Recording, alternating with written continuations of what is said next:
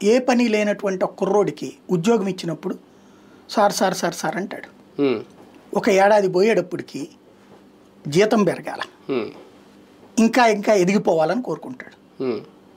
నీ దగ్గర వ్యాపారం ఎంత ఉందో నువ్వు అంతే పెంచగలవు, కానీ నీ వ్యాపారాన్ని దాటి నువ్వు పెంచలేవు. వ్యాపారం అంత భారీగా పెరగదు. వ్యాపారం ఒక చిల్లర కొట్టు నడిపిన వాడికి, ఒక హోల్సేల్ షాప్ నడిపిన వాడికి దాని మీద ఒక 10 రూపాయల బిజినెస్ జరుగుతుంది. నీకు ₹1 ఇవ్వగలడు, కానీ తను 10 రూపాయలు సంపాదిస్తే 15 రూపాయలు ఇవ్వడు కదా. కానీ ఇక్కడ అసంతృప్తి, ఇక్కడ ఏంటి, అప్పటిదాకా కడుపుకి మండింది, కడుపుకి కాలినప్పుడు ఉద్యోగం వచ్చింది. ఉద్యోగం వచ్చిన తర్వాత వేరే ఆలోచనలు వస్తాయి, ఇంకా లగ్జరీ, ఇంకా ఇంకా ఇంకా బతకాలని. అది ఇక్కడ అసంతృప్తికి కారణమవుతుంది. అలాంటి సిచ్యుయేషన్తో బంగ్లాదేశ్లో తిరగబోట్లు జరిగింది ఆ మధ్యన.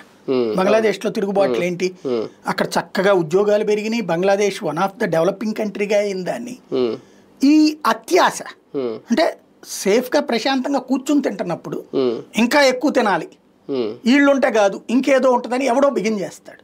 ఈ ఎవడంటే సోషల్ మీడియా. ఈ సోషల్ మీడియాలో అమెరికా, యూరప్ దేశాలు, యూరప్ అనను కానీ అమెరికాలో ఉన్నటువంటి డీప్ స్టేట్ టీము అమెరికా ఆధిపత్యం నుంచి చైనా ఆధిపత్యంలోకి వెళ్ళే దేశాల మీదన వేసే అస్త్రం సోషల్ మీడియా. సోషల్ మీడియాలో నీకు ఏది హైలైట్ కావాలి,